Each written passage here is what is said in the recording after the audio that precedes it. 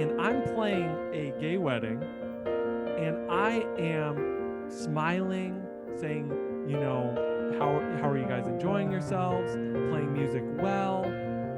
That contrast from what they hear all the time about how I'm supposed to act and how I actually am acting is what almost always starts a conversation of, so wait, so you actually, like, do you really take this stuff seriously? Hello, folks, and welcome to the Disciple Dilemma. What's it like to be a musician and a disciple in the secular arena today? Let's talk with Robert Monroe, a pianist, music director, composer, and educator. Robert lives in the Chicago area with his wife and kids. He received his bachelor's degree in piano performance from the University of Iowa. He's an active performer and a founding member of Journeyman, which is a tribute band for Eric Clapton. Simply the Best, a tribute to Tina Turner. The District, a band in Élan Artists cooperative. And he has his own original group. Robert has toured internationally as the pianist for the Johnson County Landmark Big Band, and his performances have been broadcast on television and radio around the U.S. He's also an active worship leader, playing for a lot of churches. An active session musician, Robert's contributed to many creative musical projects. So what's it like to be a disciple in the secular music space? Let's get together with Raymond and talk to Robert about the music industry and being a disciple. Folks, just really amped to have Raymond Monroe with us again today, who always untangles my messes. Raymond, so glad that you're with us. Going to learn a lot today. And the reason why Raymond's going to learn a lot today is because we're going to put on the witness stand Robert Monroe. And if you think there's an intersection between Raymond Monroe's last name and Robert Monroe's last name, you have correctly concluded. That's why Raymond's going to learn a lot today, because we're going to interview Robert. We're going to start with his career in the music world, and we're going to talk a little bit about what does it mean to be a disciple in the music arena, both secular as well as sacred.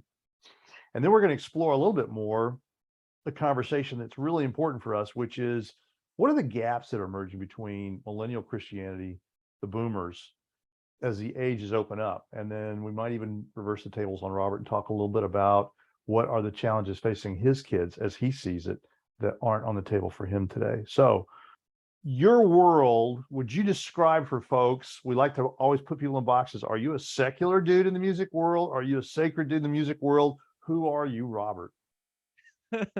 So it's funny that you should ask, and thanks again, Dennis, for having me, and thanks to my dad. I'll tolerate his presence. You know, he's funny sometimes. So it's funny you should ask, because I was playing an event a few weeks ago, and there was a instrument maker there, and he wanted my contact info to send people my information, and he said, "What is it that you do?" And I said, "I solve problems." And he hated that answer.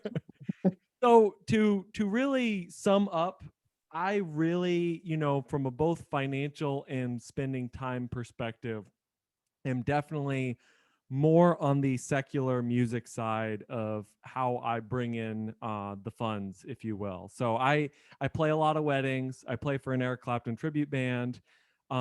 Just a lot of corporate work, which is kind of, specific to the music world. When we say corporate work, what we're talking about is your weddings, your private parties. There was a event for some company. They flew in a singer from Nashville, and then they needed a keyboardist and a couple other people to back her up. So that's a lot of what I do. And then a bit of teaching. And then as well, I play almost every single Sunday at some church in Chicagoland. So that's what keeps me busy besides the 4 kids. Who pays the bills mostly? Is it the boomers, or is it the millennials paying the bills these days? Oh, I mean, hands down, this is the biggest struggle, I don't know, obstacle facing the music industry at large. And that is live performance has become almost the only viable way to make money from music, because streaming basically removed recording as a way to make income. And what that really pushes you to do is to perform live, and the only general people who come out for concerts are people over the age of 60. So Really? yes. Yes. So effectively, I mean, of course, there are exceptions, but if you're not talking the top 1% pop groups, you are most likely going to, like, we did a theater in Wisconsin like a couple months ago with the Eric Clapton tribute, and we played for 2 nights, and it was generally well sold. And I'd say over those 2 nights, there might have been 30 people that were under the age of 55, and then Wow. 400 or 500 people the other way. So yeah, it is definitely well supported by boomers and by older people, and I think a lot of that has to do with you you really need somebody to show you how much fun it is to go see a band live. And that is something like dancing, that is this old school cultural thing that not even your guys' generation really did all the time. It was something your parents' generation did. So now it's like, if my grandmother didn't take you guys out to concerts, then you're not going to take me out, and then I'm not going to take my kids out, and then the audience just kind of dwindles. What what I'm thinking is, like, you're not widespread panic's going to pull in a really young generation, right? That's going to be a much younger crowd that'll show up for that. No, No. no way. No. So here's the thing. Even the bands that you're probably thinking like, oh, they pull in a younger crowd. Think about a band Widespread Panic. They're going to bring in me, which I guess you would consider me a younger crowd, but that's because I'm an avid music fan. Actually, the other avid music fans were people 50 and plus up who already had a large love of music and discovered Widespread Panic and are still dedicated to going out. Then everybody else who's younger than me, or who did not have my upbringing to be really interested in music to begin with, is just going to stream and never go to live shows. What kind of conflicts or tensions or challenges do you find as a follower of Christ in a secular arena with music? I think there are two really big challenges in general, and I'd say mostly it's pretty one of them is something that you have to answer for yourself before you even step into the arena, and then it's not much of a challenge. And that is, am I serving Christ, or am I serving expediency in myself? And if your answer is you're serving Christ, that keeps you out of a lot of bad behavior. These days, you can be playing for the most atheistic metal group. You go backstage, people are sipping their coffee, they're reading books, and they're just chilling. The idea of this glamorous rock and roll lifestyle is not very, it doesn't lend to a long-term career. So there's that, which is kind of the obvious one. But I think the second more subtle sort of challenge is there are all of these ethical and moral issues that come up regularly in how you deal with people and how you present yourself.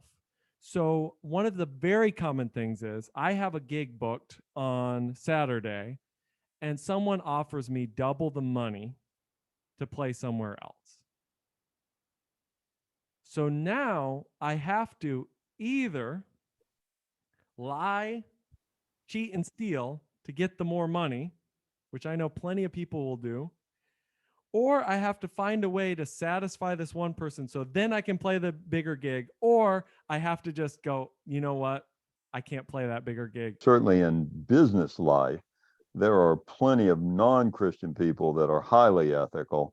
And there's the underlying thought that working with Christians is not always a good idea, because they will not live up to their obligations and integrity. I assume the same is true in the Christian world too. But my particular experience is secular musicians that I work with love having Christian musicians working for them, because at least the crowd that I roll with, and again, it might just be colored by the fact that I'm referring people that I know, they're referring me, and we generally take our faith seriously and present ourselves in an ethical, responsible way. But for example, the guy who runs the Clapton tribute, he's not a believer, but he will say he generally likes playing with Christian musicians because you show up on time, you're not out, drinking way too late. Now, I will say inside the church, it's bizarre because it's almost the opposite, where I would rather have one of my buddies from the secular world come play for church because I know they're going to show up on time and do a great job. So it's bizarre because it almost seems like this weird paradoxical flip. So, is it generally true? This is a very large, generally true question. Is it generally true that there's not all that many believers, real followers of Christ in the secular music world? 100%. That is, it's a big statement to make, but I can tell you in my personal experience that I would say your numbers have to be worse than the average group of people.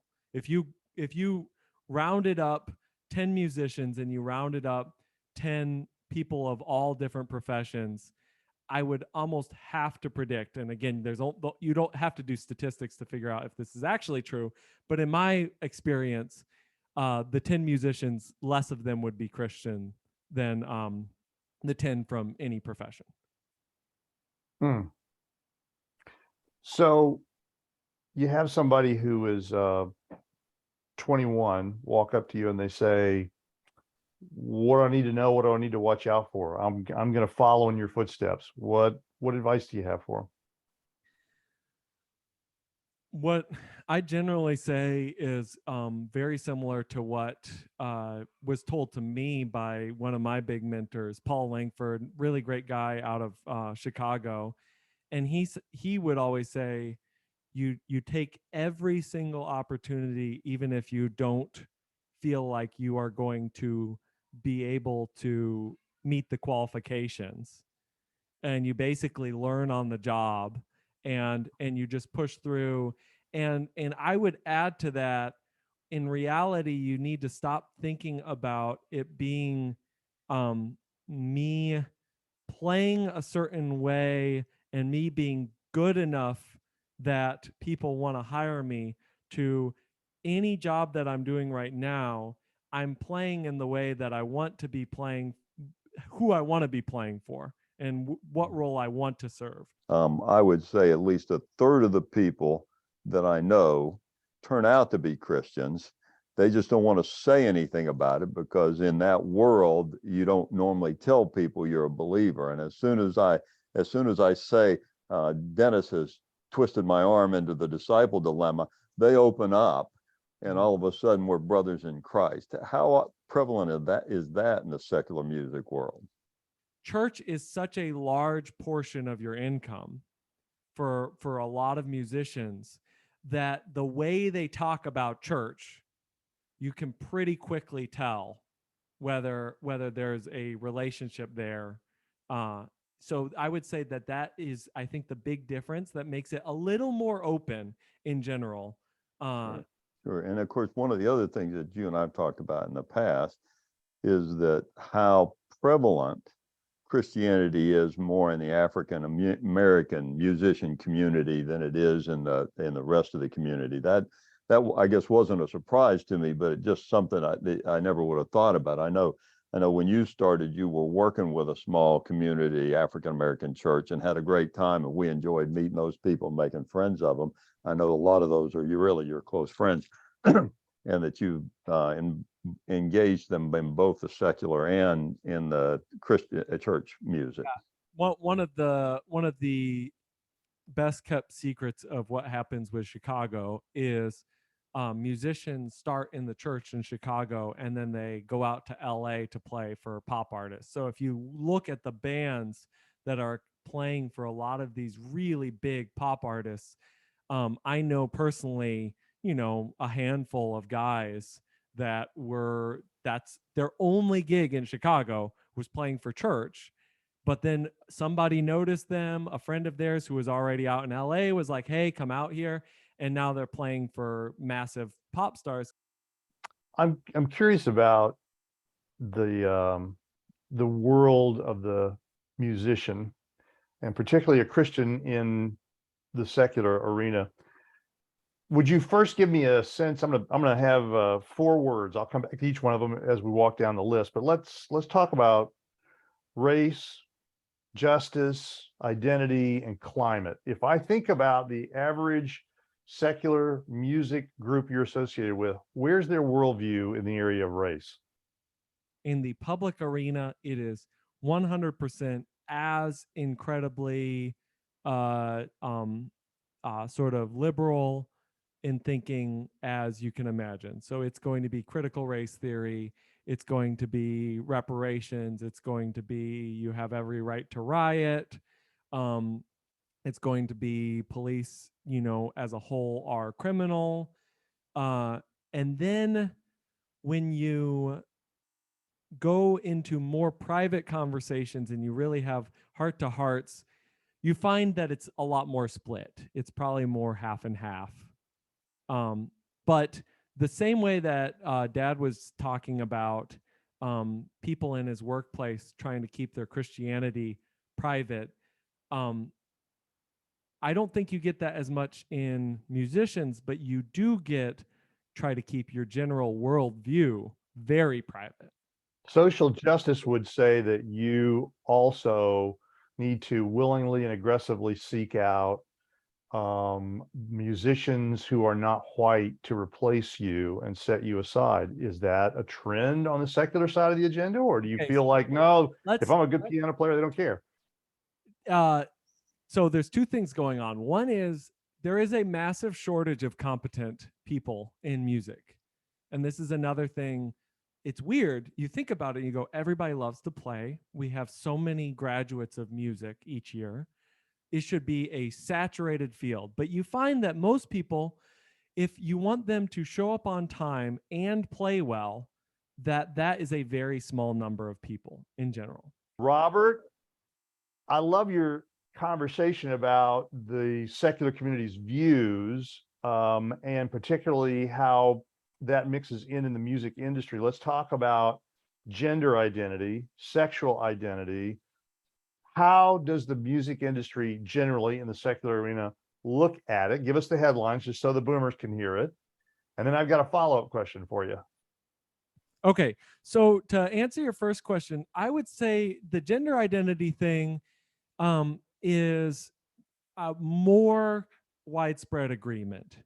And I think it's because it is a very easy, and this is more my own speculation, and maybe I should just say the general headline. The general headline is, hey, everybody can do whatever they want. If you're a man, you want to be a woman, great. Woman want to be a man, I'll call you whatever I want. And throw your pronouns into the email. I have a few different band leaders that have their pronouns in the email, and they'll attach pronouns when we're going to meet wedding coordinators or whatever. And then so that is the general. Yeah, it's a lot less secretly divided like it is more with racial injustice issues. It's a lot more just unified. Everybody's kind of done with the whole thing. Okay, so now here comes the fastball. The fastball is you call yourself a believer, you call yourself a disciple. How do you wire up the issue of gay weddings, which apparently weddings is a venue event that you work with? Will you do them? How do you think about it? What do you do with it? So I think this is one of the most classic modern Christian liberty issues, in my opinion. And my personal position has really become one of are you paying me? And if you're paying me, then I am doing my job, and I can glorify God by doing my job. If I was a pastor and I had to actually officiate the wedding, I think I'd have to think about it a lot more. But as the musician, yes, I am facilitating. I totally understand. And I could see how a Christian person would say, you are still facilitating too much active, sinful behavior and really distortion. But what I would say is every time I play at a bar, I am encouraging people to drink in some small way. What I've generally come to is people are people. They have their own relationship with God and their own free will to do what they want to do. I am put in the position that I am doing the job that I'm doing from God so that I can be a witness and love the people around me and do the best music that I can possibly do. You used the term Christian liberty a couple of times, which within our Reformed circles that you grew up in is a relatively common term of art. But most Christians are completely unaware that there's even such a thing as Christian liberty. So Paul says if they offer food to idols, an idol isn't anything, it doesn't make any difference. If you're offended by it, don't eat it. If you're not offended by it, and you can do it in faith because you know you're really serving Christ and the idol is nothing, you can eat the meat. Well, the other thing was, don't you have opportunities as a Christian when you're in a gay wedding to actually have ordinary conversations with people and be kind and generous and build relationships that could lead to really being a good witness? The conversation of evangelism or discipleship in the secular world, in music as a Christian, really, and at least from my experience, is answered by what you just said. Folks, we're talking with Robert Monroe, who is a recording artist, a music teacher, and a worship leader. And he's been talking to us about what's it like to be in the music industry, especially the secular music industry. When we come back, Robert's going to weigh in on where are the moral boundaries as a musician in the secular world. We'll be right back. And I'm playing a gay wedding, and I am smiling, saying, you know, how are you guys enjoying yourselves, playing music well. That contrast from what they hear all the time about how I'm supposed to act and how I actually am acting is what almost always starts a conversation of, so wait, so you actually, like, you really take this stuff seriously? Like, and so that always is what pulls people in, where I have those deeper conversations where they want to know what my personal relationship with Christ is, all of that sort of conversation. I did have one quick, what I would say back to anybody, any Christians who are listening and going, this guy's playing gay weddings. Let's be 100% honest. I would say, and who knows, only God knows, but I'd say 70 to 80% of the weddings that I play for, it is obvious that this is either a second marriage or they've been living together or some other thing. I think this obsession the church has with specifically homosexuality as the only sexual sin to talk about and to think about is just mind-boggling. And in reality, we should all just realize that God loves us and we all have fallen short and need to ask for forgiveness, and then let other people live their lives and sort out what that means for them.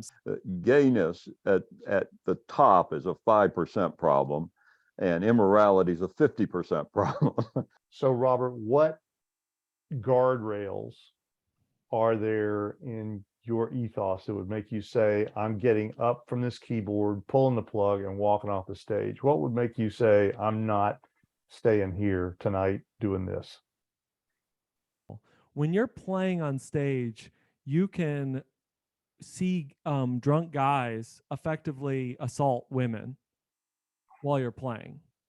And I've never seen it get to the point where there's a real assault happening, but I've seen it get extremely close. And I can tell you right now, I would immediately get up off my keyboard and try to do something. That's definitely one. We're playing an event, and then someone separate on the organizational side is saying something. It's somebody that actually is representing me. So it's basically a band. So like, for example, the Clapton tribute wants to play, and then we want to say our stance is one particular thing. That's something that I think would start to test the waters for me and go, okay, maybe I need to pull out of this group. Oh, well, the one thing that, Robert, that you raised, that your generation is somewhere in the middle of this pendulum swing, not believing that as a young person you know everything, but that the old people clearly don't know anything either. But when you talked to us about nuns, you were saying that the whole worldview thing has become a private matter. And so you don't really tell anybody what your worldview is. So when you were talking about musicians, you're saying they keep their worldview private because they don't want to discuss it. But what you had said before, I thought I understood you to say, yeah, if I'm a millennial, I just don't let anybody know my real worldview. And I guess that's why I said that at the beginning. Like, I don't get this general sense that we're all in rebellion. We think everyone over the age of 50 is dumb, but you don't get a sense of anything because you don't hear anything. Because if I say something, well, okay, I mean, a really obvious sort of specific example, right? Recently, Kanye West made some material that had White Lives Matter on it. He is a extremely successful African American business person who has a long-standing history of supporting the African American cause. And because of that, now he did say a lot of other things that were actually a lot more problematic. So I don't want to get on this publicly saying I support everything he's saying. Again, this is exactly what you're saying, Dad. This is probably why this drives you so crazy to talk to anybody, both of you guys, because we don't want to have any public facing general statement about what we believe, because tomorrow some big person might change their mind about something and then throw up on Instagram, Twitter, Facebook, anyone who has said this in the last 30 years needs to be burned on the stake. Mm-hmm. And well, you're going to get burnt then. I'm sitting next to somebody of your generation, and we're at some social event, so I should say something. What kind of conversation would that person want to have? And then the second question was, if they asked me a question about, so, what do you do? What do you like? What do you think? What kinds of information or interaction would they be really seeking? In some ways, it's the same sort of how to win friends, influence people, Dale Carnegie, finding out what they're interested in. But I think specifically when you're talking with younger people, that is typically not family or career. A lot of times it's some particular other passion. They love Halloween and they're putting up a ton of Halloween decorations. And every day they're spending, I have a guy in my neighborhood that's literally turning his entire house into a castle with big facades. And so I think that type of passion towards what would be classically thought of as either a hobby or sort of, a side interest is super, super, super common. And I think that that's generally where you find, a lot of times, and maybe it's just playing music gigs, the weird environment that is, but a lot of times that's where you find the good conversations. It's not, hey, sometimes musicians do love talking about music, so music's kind of an easy one to go with. Yeah, that's interesting, because my passion, as people who listen to this know, is that I do believe the problematic we have from the Holy Spirit is, what's the purpose and meaning of life? And your generation has said, well, it's not work and it's not family. And so to me, this whole avocational interest, whether it's virtual reality or video games or social media, is really this sort of desperate search for purpose and meaning. But I can tell you right now, if I talk to them about you and I tell them that you built a cannon, they are completely enraptured and go, your dad must be the coolest person ever. I need you. If I say you're the executive vice president of a steel founders, organization, they'll be like, okay. Even 10 years ago, it would have been the opposite. Wow. Even 10 years ago, I remember I'd be like, oh, my dad runs this trade association, and be like, oh, that sounds really interesting. Nobody cares anymore. But you built a cannon. That's pretty cool. Even you had 5 kids, and you helped. That would also, well, the fact that it's 5 kids would be a little like, wait, 5? What? But you're holding up a pot.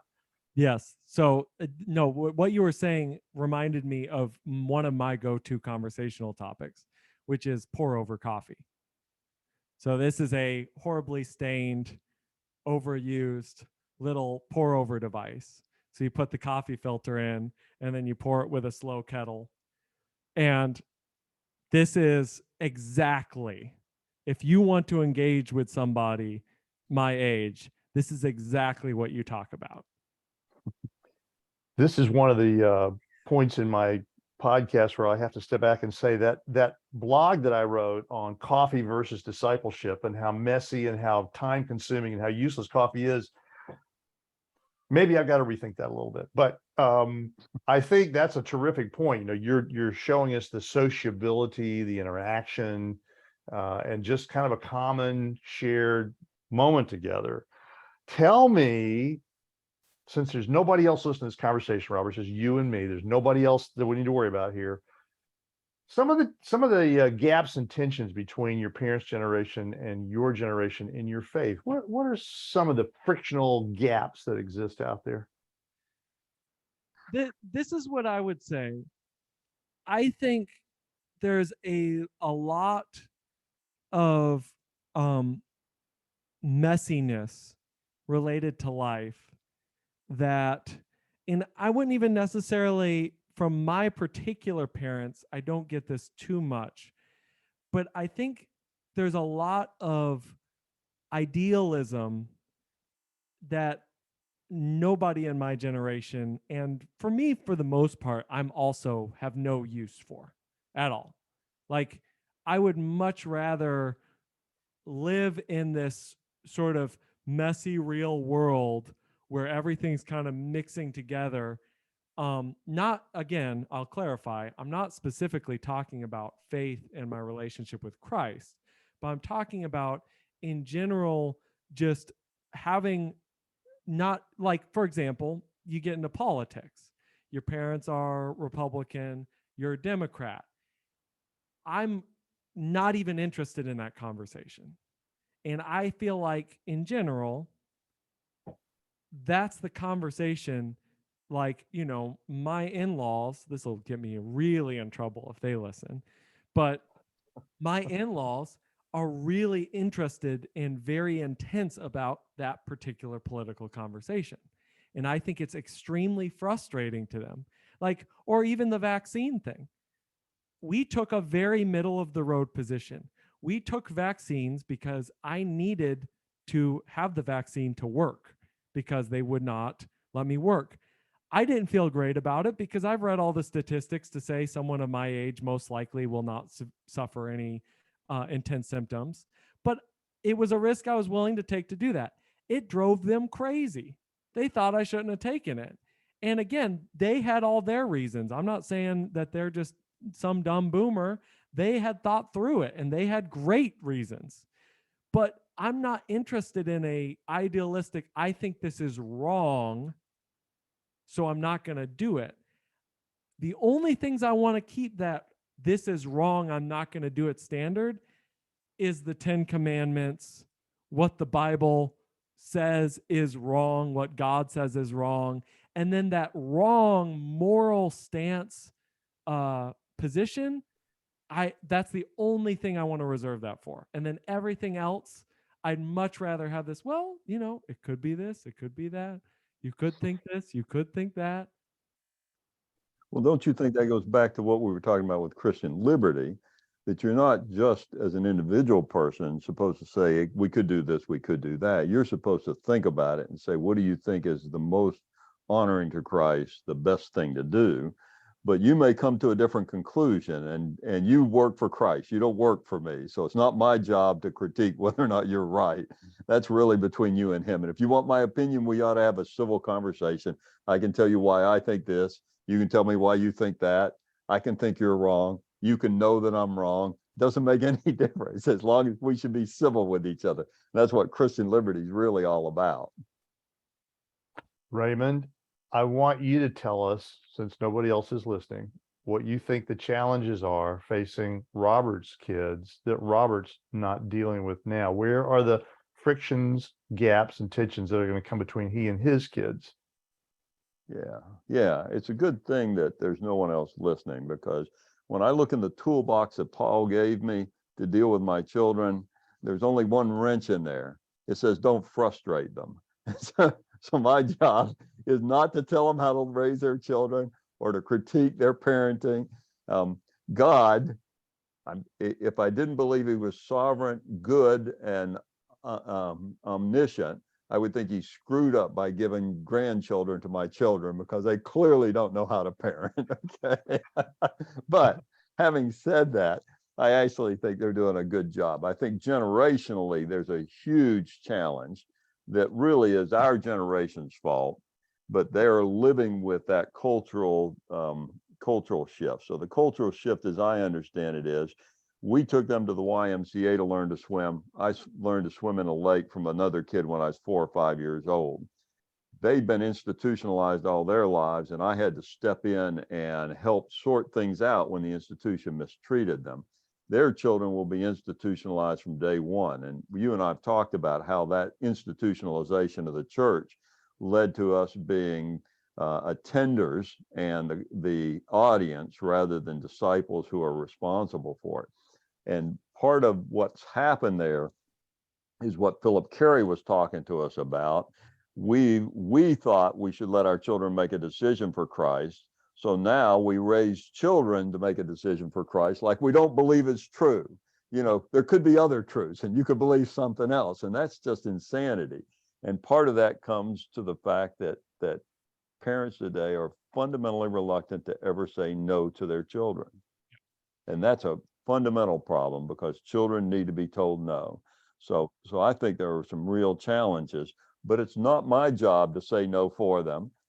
We are now at a height of, I'm not going to say no to my kids. I'm not going to discipline my kids. I'm not going to do anything, because they're lovely, beautiful flowers that are just growing and blooming, and they just need water and sunshine, and it'll be all wonderful.